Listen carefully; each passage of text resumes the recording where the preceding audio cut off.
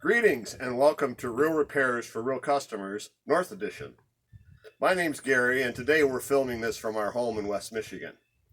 And we're going to talk about a repair that Rick just posted on his website about 3 videos ago. And it had to do with cat scratched leather. And that's exactly what we have here. This is a piece of furniture that lives right here in our home that's been scratched by our cats over the years. And because I can't go to work in Michigan, I decided to tackle this job for my wife. Now, when I told Rick I had this job to do, he says, "Why don't you film that?" And I says, "You just did this film. You just did this repair." He says, "Yeah, but we'll see it from a different perspective." And it made a lot of sense when he said that. Because in his video, he talked about the different substrates you can have with leather. You can have a firm door panel, a firm steering wheel, maybe a firm cushion in a car, or maybe a real soft and pliable piece of leather furniture, which is what we have here. All these repairs are different. All types of damage you see on leather can be different. You can have a puncture wound. You can have scratches like this. You can have a piece of furniture, a dog maybe bit it out. Maybe you just got dried and cracked leather in a car. I think this is one of the things that makes leather repair so challenging is the different damages you see and the fact that there's different ways to do each one of these repairs. No, I'm not saying that this repair is right or better than anything else. It's just different. And I tackle this from just a little bit different perspective. And I actually use a product here today that's not intended to do what I did with it. And I did it because I wanted to see if it would work. And what better place to try it than on a piece of my own furniture that I can watch over the next months as we use it and sit on it, how it holds up. And so far I've been extremely happy with the results. And the reason I wanted to use this this technique is because it is such a thin and flexible material that I used for the repairs. I thought it would hold up and be very durable. Now, what I used was PVA or polyvinyl acetate glue. Sorry, that sounded a lot like Rick, didn't it? But that's what it is. I call it PVA glue. And PVA glue is actually made to bond porous materials together. The backs of leather. Perfect for that. But if you try to bond shiny faces together and they're slippery, it's not really intended for that. It's made to bond porous materials together. But again, I wanted to try this technique because I know what this glue feels like. And it's actually just a glue.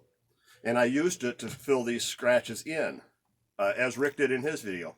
But I actually went one step further and used it as the base for the whole repair. I pushed the limits of this product to the max.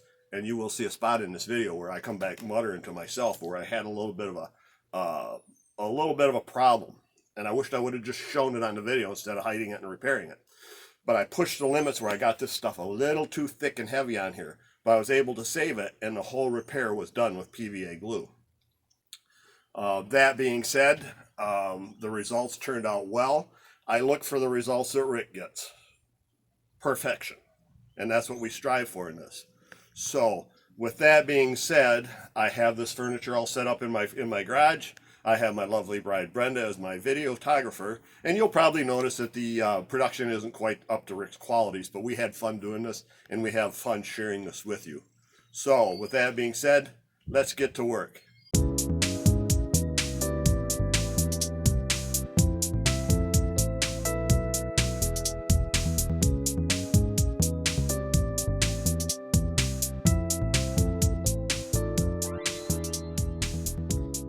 Okay, here's our victim.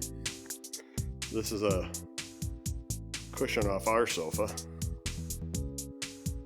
And Molly's done a pretty good job of scratching this thing up. Some scratches are pretty light, some are a little bit deeper, and some of them, like this one right here, has tabs hanging loose that we're going to have to deal with. I know Rick did a video on this on his Real Repairs for Real Customers YouTube page a while back, and we talked about this, and we decided to do another one because leather repair has a lot of different ways that you can approach it. I do a couple things a little differently in this video, so you can use whatever technique works. Every situation's a little bit different, and choosing the right method is sometimes the biggest challenge on how to do a leather repair to make it come out right. And what I'm looking for is the same results that Rick got. And I'm going to approach it just a little bit differently So sit back and enjoy while I attack this cat scratch fever sofa cushion. All right. One thing I do a little bit differently is because some of these scratches are pretty light, I'm going to use a product called Sandway, and I'm going to sand these. A lot of these scratches are going to sand out. What this Sandway does, it's got a lot of acetone in it, and what it will do is it kind of turns the dye into a slurry, and it'll sometimes fill some of those scratches. Some of them will just sand out smooth, but I'm going to do the whole cushion with this, and then we'll come back and look at it and see how much of this stuff needs to be filled. One thing this does is it will eliminate the need for some filler, and I'm a firm believer in less is better on any repair you make. The less product you have to put on something, the less chance you have for a failure. So if I can sand a lot of this damage out, sand through it, and then recolor it without putting anything in it, I think I'm just further ahead. So we're just gonna go around and do this whole cushion like this. This product, you want to keep it kind of wet. You don't want to let it puddle in areas down in these little cracks like this, because it can, if it sits there long enough, especially if you're using straight acetone, it can do some damage there. So you don't want to let it puddle down in those cracks. So I'm in the worst area of this thing, and I'm going to hit this a little harder here. And I'm moving dye around. I'm lessening the scratches. When I'm done with this, it'll almost look like they're gone, but if you look across it in the light, you'll see that they're still there. They're not, some of them will be gone. Some of them will be a lot lighter, and there's going to be a lot of them that are going to need to be filled on this thing. So we're almost done with this process.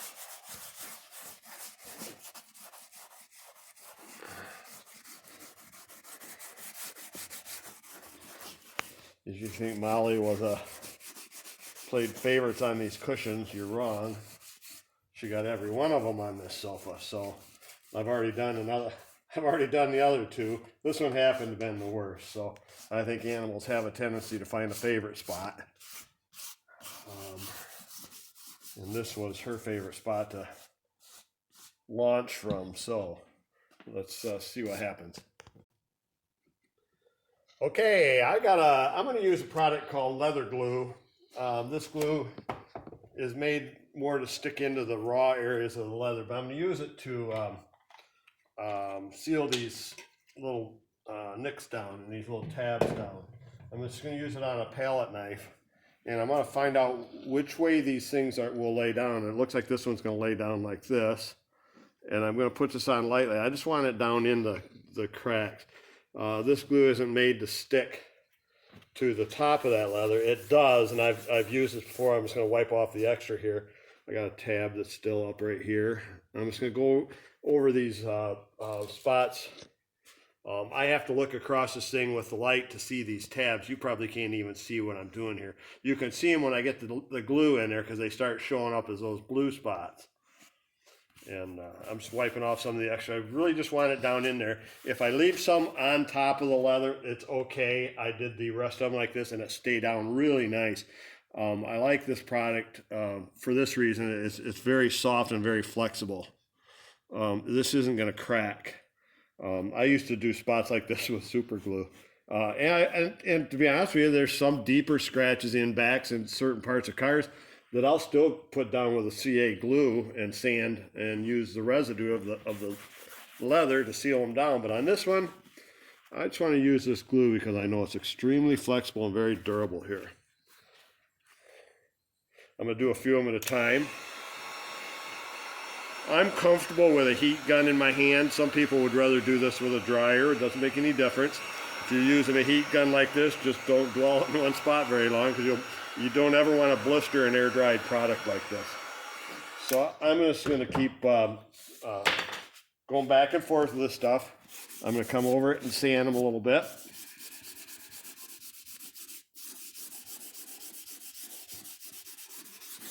And I know this is going to stick, because if that wasn't going to stick to that leather, I'd be rolling it off. So this is going to stick down well. A lot of those cracks are filled up nicely. I'm looking for that big deep one. It was right around in here somewhere, so I'll pay special attention to that one to make sure I get that one. I have to again look across this sofa cushion with different light, because you can't see the scratches. When I look across like this, I can see them. And I'm trying to get the tabs all glued down.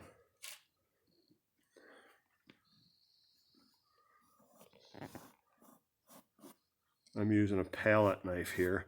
I'm going to show you another little technique that I stole from the Mars guys out in Texas that I like sometimes. This is a credit card. Blank. You can buy them online. You can buy them by the 50s. You can buy them by the thousands. You can buy them by the 10,000s. I got a package of like 50 of these things. I use them in, they're real nice because they're sturdy, they're small. You can get in tight spots with them. I use them for vinyl repair compound sometime. I don't spend a lot of time cleaning them up. I'll clean them up a couple times and then I throw them away because they cost like a nickel or something like that. So it's another alternative. I prefer a palette knife. But if any of you guys are a little bit like me, you lose things. I couldn't find my palette knife for a while, so I bought these things. I'm looking across this to see where those deeper spots are now. I see we need some more work down in here. If I have to, I will come over this with another filler, a little heavier filler. I like to use leather fill for these. It's a really soft, another flexible product made for leather. Like I said, I did the other two sofa cushions with this. The scratches weren't quite as deep on that one as they are on this one.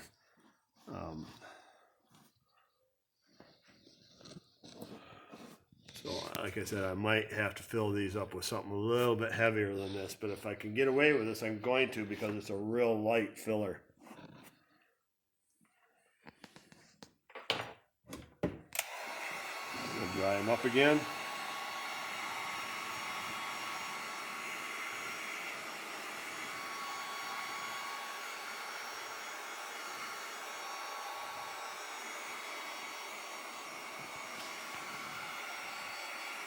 This glue dries very quickly.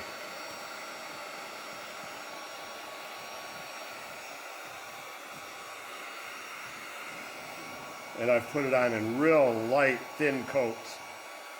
And I think that's one of the reasons it's gonna bond to this, because it really doesn't, it's probably not made to bond to the top grain of the leather. It's made to bond more with the core of the leather.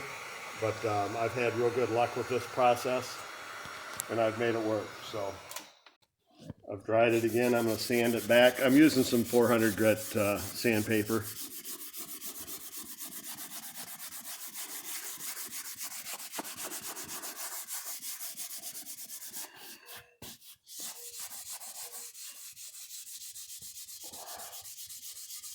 This area right here was where those real deep scratches are, and I've just about got them with a couple applications of that.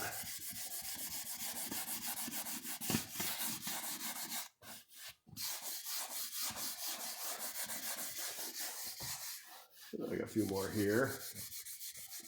Again, I'm using the light from this window to find these things. One thing about furniture repair, guys, is if you do them in a real critical light like I have right here, and if you can make it look good, when you take this piece of furniture in where it lives, it's going to look beautiful, because the lighting, unless it's sitting right under a skylight or right in a window, the lighting is so much less critical than what we're repairing this in. So I like to repair it in a real critical light like this, knowing that when I take it inside where this sofa sits is in the middle of our great room, it'll look perfect. So I got a couple more spots to work on.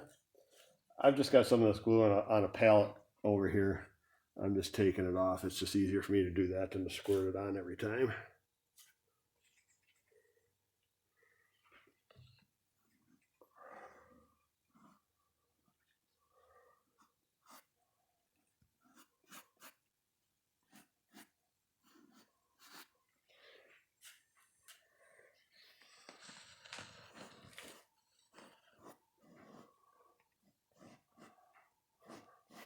And just like Bondo when you're doing body work, it's really hard to see what your final product looks like until we put a little color on this. So we'll do a guide coat here pretty quick on smaller pieces, smaller damaged areas. I'll just wipe that guide coat on with a paper towel.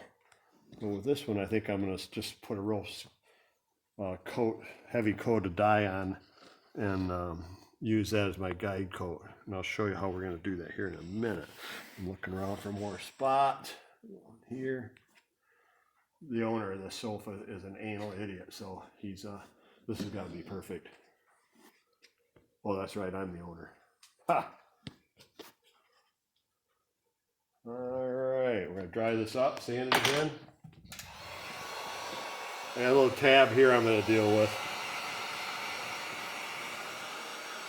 You can see how fast that dries.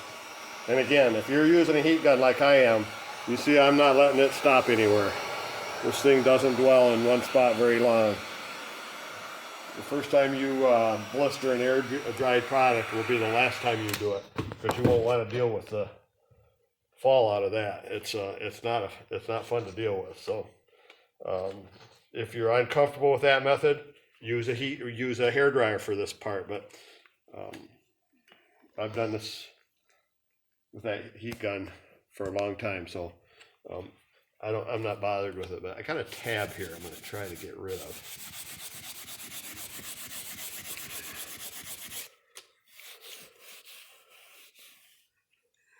And the wonderful camera work is being done by my lovely assistant, Brenda, my bride. All right, so you have to look at leather in a lot of different angles when you do this, because those tabs will be laid up in one way where you won't see them, and then you look across it from another direction, you see a bunch of them. So I'm just kind of looking across this.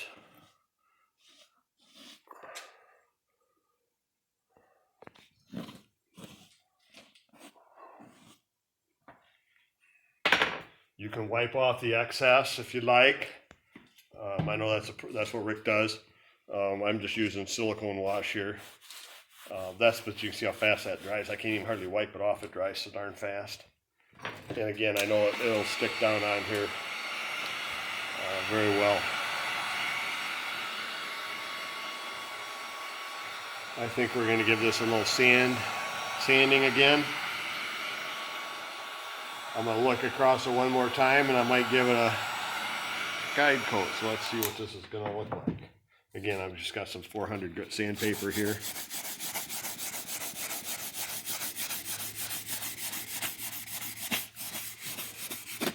Oh, you don't want to do that. Get the edges of those sandpaper up so you don't gouge it, your leather, and just make more scratches.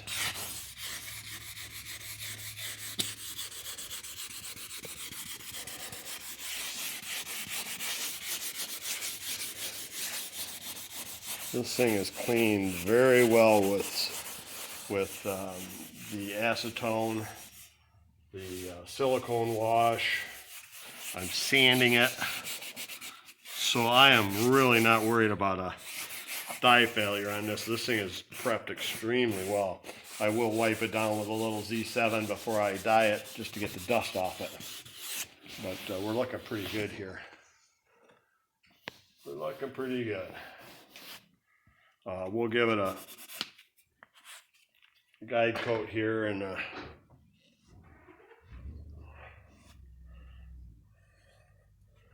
hear Mark, my UPS man.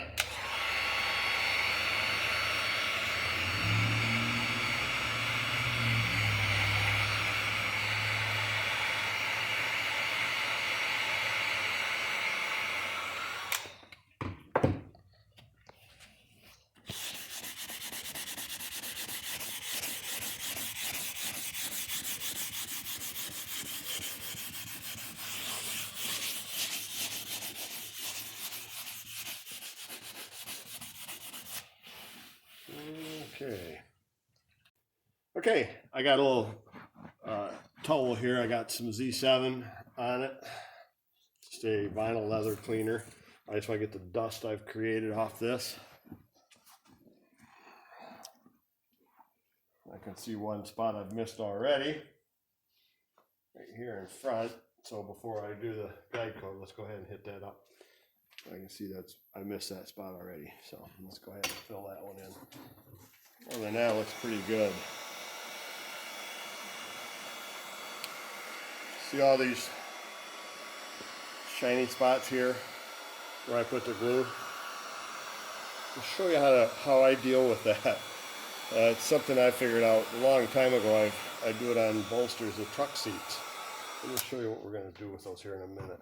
What they are is basically we filled in some of the grain of the leather, so it's not really shiny, it's smooth, and the light reflects off it differently. So I'll show you how I deal with that here in a second. What I'm going to do is I'm just going to put a really heavy coat. I want a lot of dye here, and this is something I've always done on leather repairs, is I'm going to rub that first coat of leather dye, and that's why you always see me wearing gloves. I want to rub that right into the leather. Sorry about the compressor.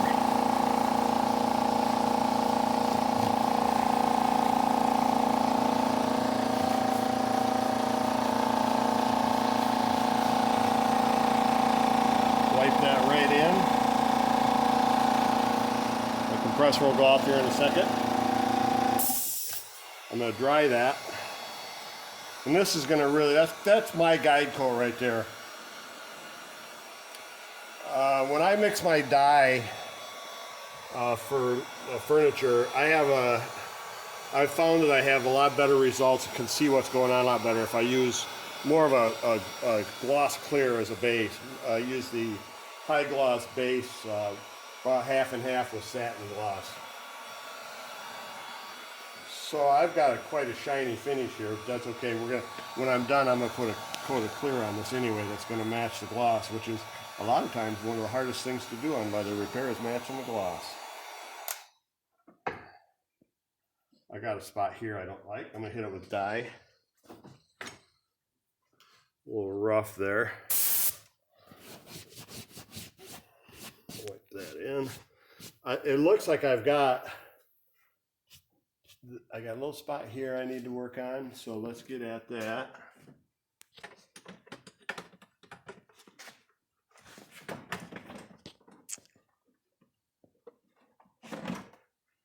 Turn that compressor off.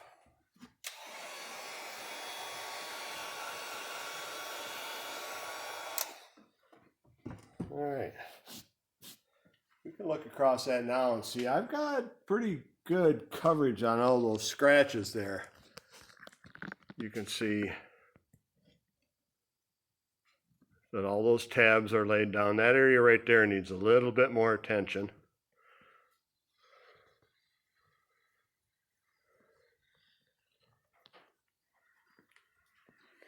My bride's pointing up in this area. There's a little tab right there. It's something.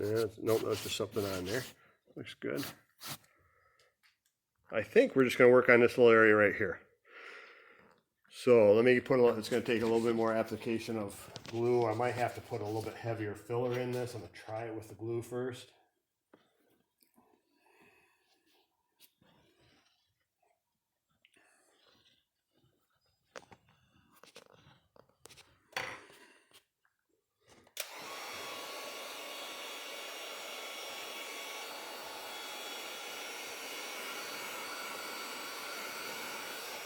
Again, this is a little different technique than Rick used.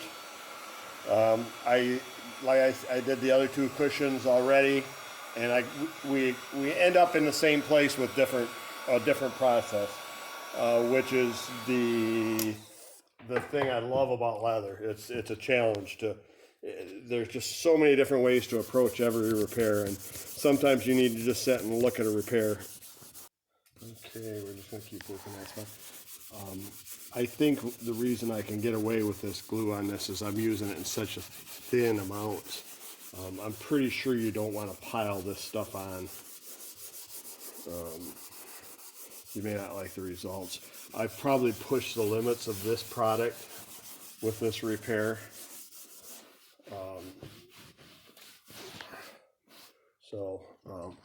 Let's give that another guide coat and see what we look like here.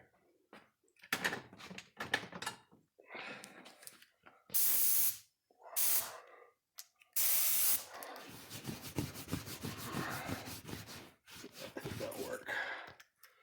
Okay, it looks like we've got a pretty good. The holes, the divots, and scratches are filled in pretty good. I'm just going to give it a real first coat here.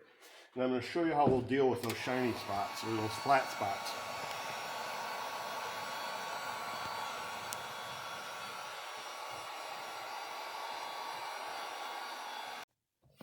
Okay, I've got a first coat on here, and it looks pretty good. But if I look across here, I can see shiny spots. And what they are is flat spots. And this is something I just kind of figured out. I'm going to massage it and knead this leather. And what I'm doing is I'm putting the grain marks right in the filler now.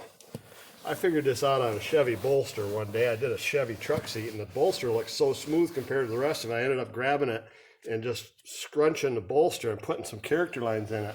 And it just really finished that repair off. I'm looking across here now, and all those spots that were real shiny now have got lines and grain lines right in the repair. I had a lot of filler right here, so I'm going to really work this area. And if Brenda gets in close, you can see what I'm doing here is just working this leather. And all the spots where I had the glue now, I've got these lines through it. I don't even need to grain this and spray any grain on there. The only thing I've got on here is my first coat of dye that I wiped in, and then one light coat over the top of that. And if you see here and come across here, you can see I got all those scratches are pretty filled in.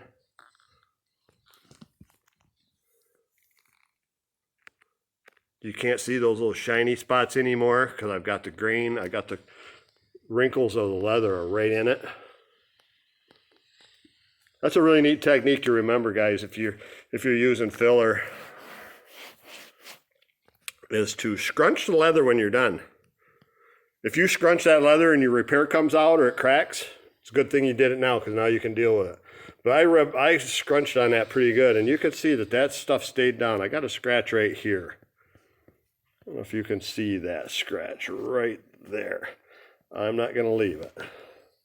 I'm going to deal with that. So that's going to be my last spot that I see on here. Really helps look at this through a camera. So let me deal with that spot, and then we'll come back over it and give it our last coat of dye. We'll clear it, and we'll put it back on the sofa for Molly to do that all over again. Okay. I got that last line filled up there, scratch. I'm going to give this a real uniform coat here. I have a little tiny scratch right there I missed, but I just filled it up with dye and it's gone. So I'm going to give this a medium to wet coat as evenly as I can. Sorry about the compressor.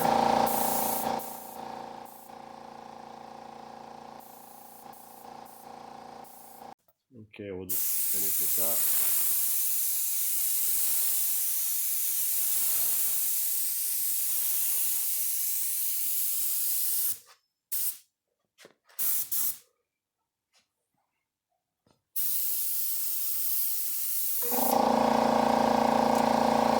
Sorry about my compressor, guys, but gotta have it.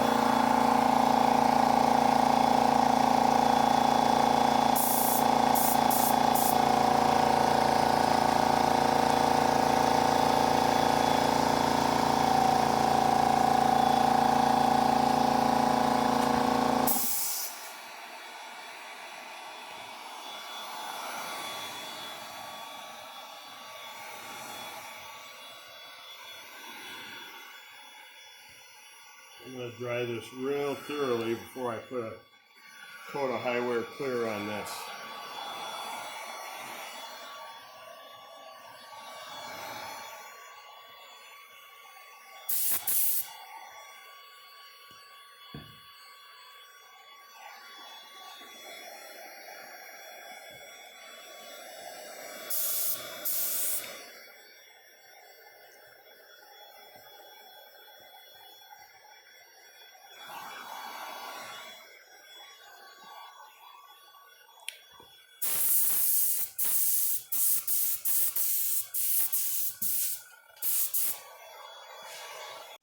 All right, we're ready for the last process, which is a high wear clear. I've mixed this earlier, and I know this is the right gloss because I've got the other two cushions on the sofa already. And again, one of the hardest things to do with leather is to match the gloss if you're not doing the whole thing. Gloss has to look the same from cushion to back to arms, where I didn't do anything. I've just done the cushions on this. So I know that this clear is a really good match for what I have.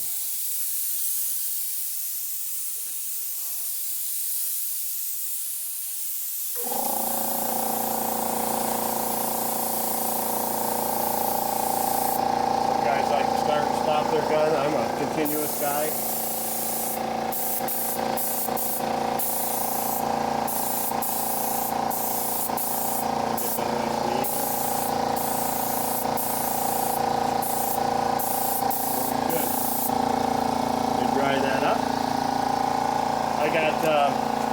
I've added all the additives in here. I used a pretty good dose of Flex in the dye and the clear, because you can see this is a very flexible piece of furniture.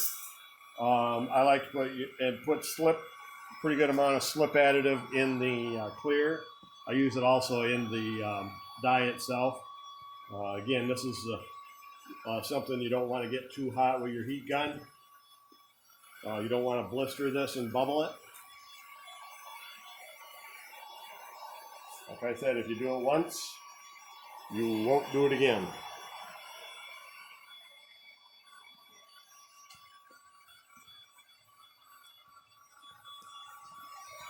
But with all the proper additives in here, I've got the right gloss. I know it's nice and slippery and it feels like leather.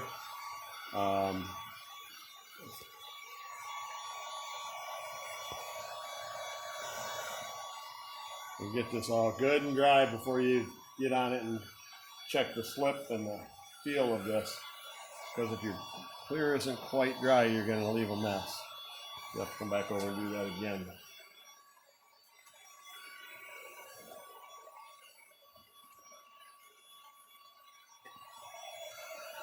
My sofa has quite a bit of gloss to it. It's and again, I know this is the right gloss because I've done this on the other two cushions. So there's pretty much a done product.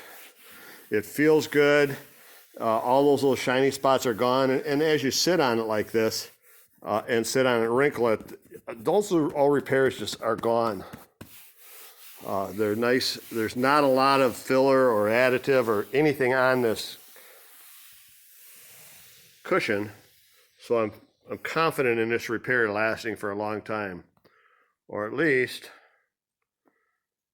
until Molly launches herself off this sofa again.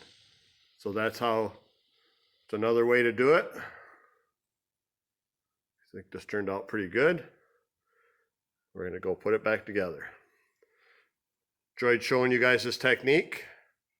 I'll go out there and be craftsman. Here is the final product.